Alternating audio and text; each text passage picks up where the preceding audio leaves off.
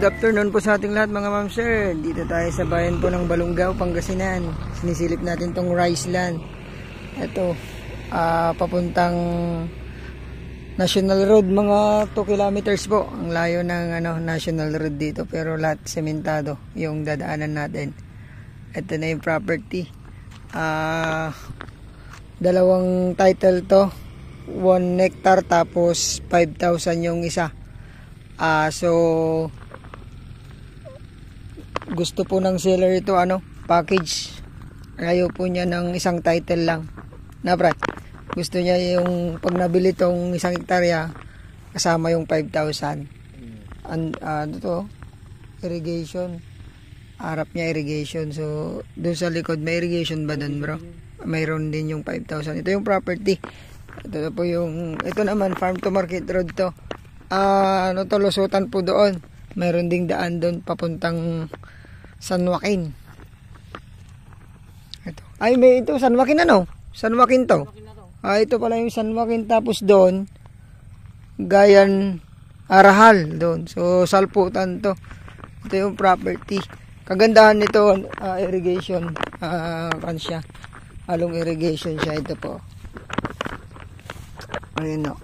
Tapos kung nagpapatubig sila, hinarang lang dito. Papasok po doon yung tubig. So kaani lang ngayon. Ito po, ito yung isang hektarya na binibenta ngayon. Tapos yung 5,000 nandun po. Nagkalayo sila, pero walking distance lang. Sa may sa mga pilapil ay mga doon, talahib. Doon po yung 5,000. So tinanong ko kung pwedeng isa to lang, pero ayaw, package daw. So 1.5 hectares titled property. Pangalan po nung seller natin. So frontage nito nasa 30 meters frontage siya. So pwede tayong maglagay ng kubo dito. Ngayon lang wala pang kuryente. So yung mga kubo dyan, solar po yung gamit nila. Ito, so ang ganda po ng view. Bundok, tapos rice field na yung makikita natin. So yung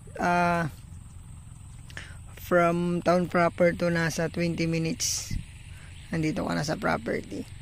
Tapos from Carmen nasa 30 minutes po yung biyahe. Sa Manila po to 2 hours and 30 minutes nandito ka na sa property. Ito pure rice land po. Baka gusto nyo mag-invest dito sa amin. Isang hektarya tapos 5,000 yung kanya pong kasama. So ulitin ko po, bayan po ng Balungaw, 1.5 hectares. Asking ni seller price 2 million. 2 million po. Ito po yung ating kasama, siya po yung nagsasaka dito, caretaker ng property. So po siya po yung nagsabi sa atin na benta na daw po yung kanya pong sinasaka. So pwede daw po itong maging second crop ng palay. Tapos third, mais, pwede daw po dito, gulay. Ayan. So ngayon talagang paspasan po ang pagtatanim ng palay ngayon kasi yung tubig malakas. Ayun, sana magustuhan nyo. Bayan po ng Balungaw, Pangasinan, 1.5 hectares. Naghiwalay sila pero titulado parehas. Seller mismo may-ari, nakapangalan sa title. Tapos 2 million asking. So negotiable daw to siguro dado. So yun, maraming salamat po. Ingatan po kayo ng Panginoon. God bless po sa ating lahat.